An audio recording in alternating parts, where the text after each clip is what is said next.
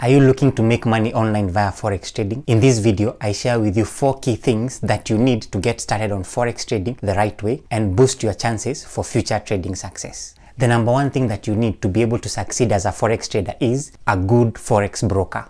A Forex broker is the company that will be giving you access to the Forex market. There are hundreds if not thousands of Forex brokers online, but not all brokers are the same. So how do you choose a good Forex broker? The number one thing that you should check when choosing a Forex broker is the broker should be regulated internationally. How a broker is regulated is very important because they will be the custodians of your money. And if you use a broker that is not well regulated, if at any point in time the broker goes down or becomes bankrupt, then you will not be able to recover your funds. One of the checks that I have when choosing a Forex broker is, are they regulated by the FCA? The FCA stands for Financial Conduct Authority. It is the authority that governs investment companies and brokers in the UK.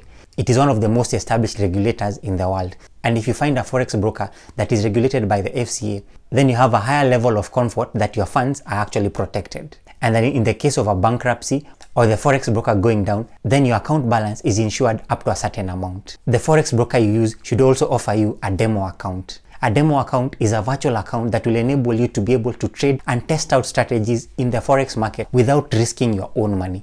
This is very important when you are starting out because it will help you to master your trading strategy without going through the emotions of losing real money. The other important point when choosing a good Forex broker is a good Forex broker should allow you to start trading with as little as $200. Starting with a small account size is a good practice for beginner traders, and it helps you to be able to manage your emotions well and inculcate the good habits that are needed to succeed as a trader. A good Forex broker should also have flexible deposit and withdrawal options. The deposit and withdrawal option should not be difficult for you as a trader. Depending on your country, they should be able to provide options such as, for example, using PayPal, direct deposit to your bank account, and many other options that make it convenient for you to be able to withdraw and deposit your money and start trading very quickly. The second thing that you need to be able to trade Forex successfully is a good charting platform. A charting platform will be the source of your price charts, the charts that show you the price movements between one currency pair vis-a-vis another currency pair. In the Forex market, there are many wrong Forex charts, and you might be wondering, what is a wrong Forex chart? A wrong Forex chart is a chart that shows you 6 trading days in a week rather than 5. The Forex market trades between Monday and Friday, but there are brokers who actually start their Forex charts from Sunday to Friday. That is, part of Monday's price movements are actually categorized as actually being part of Monday. The implication of this is that the price signals in the chart on Monday are actually distorted vis-a-vis what they would be if they are all shown on Monday rather than part on Sunday and part on Monday. So to succeed as a trader, you need to be able to use charts that actually show only 5 trading days per week. That is Monday to Friday, no Sunday bars. The third thing that you need to be able to succeed as a Forex trader is chart analysis skills.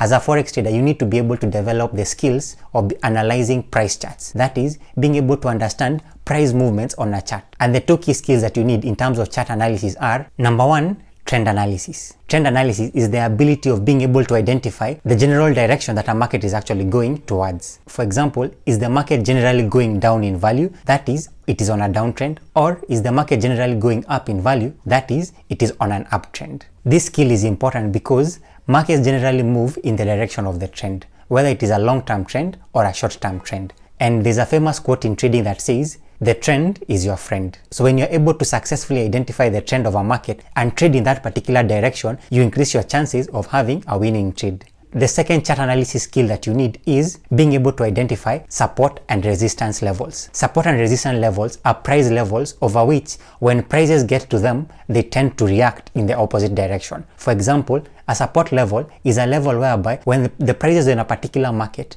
go down and actually get to it, the markets generally bounce back and go up in value. And a resistance level is a level whereby when market prices go up and hit that particular price level, markets generally reverse back and go down in value. Being able to identify these 2 levels, support and resistance, is important because they will help you to identify places that you can be able to enter that particular market for a trade and places that you should exit before hitting any of these particular levels. The fourth thing that you need to be able to succeed as a Forex trader is a trading plan. This is one of the most important things that you need as a Forex trader. That is, a trading plan will be able to establish the set of rules that you will follow to be able to increase your chances of success as a Forex trader. So what is in a trading plan?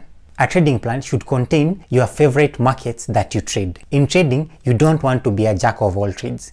you need to become a master of a few markets that you know in and out and that you understand their price movements. It is generally recommended that when you are starting, you choose one currency pair and stick to it. And even as you progress, you shouldn't start trading so many pairs, like beyond 10 currency pairs. Personally, I have reduced the number of currency pairs that I look at, and I look at only 4 currency pairs every single week. The second thing that your trading plan needs is your entry strategy. Your entry strategy is the criteria that you will use to determine when is a good time to be able to buy into a particular market, when is a good time to be able to sell into a particular market. You need to be very clear in terms of, will you be using news to be able to determine when to trade, that is, you'll be a fundamental trader, or will you be using price signals in a price chart to be able to identify when to trade, that is, you will be using technical analysis. The third thing that your trading plan needs is your exit strategy. You need to have a clear criteria of when you will close trades in the market. That is, will you close trades when they hit a certain particular level, like a support or resistance level?